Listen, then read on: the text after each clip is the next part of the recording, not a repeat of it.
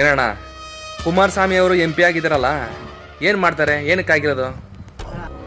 ಕುಮಾರಸ್ವಾಮಿ ಅವರು MP ಆಗವ್ರೆ ಅಂದ್ರೆ ಏನು ಕರ್ನಾಟಕದಲ್ಲಿ ಅಲ್ಲ ರೀ, 2ನೇ ಬಾರಿ ಮುಖ್ಯಮಂತ್ರಿ ಆದ್ರು.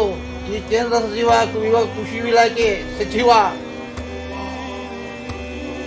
ಮಂಡ್ಯ ಕೆಲಸ ಮಾಡಬೇಕು ಅಂತ ಪಣ ತೊಟ್ಟಿದ್ದಾರೆ. ಇನ್ನೂ ಬೇಕೆ?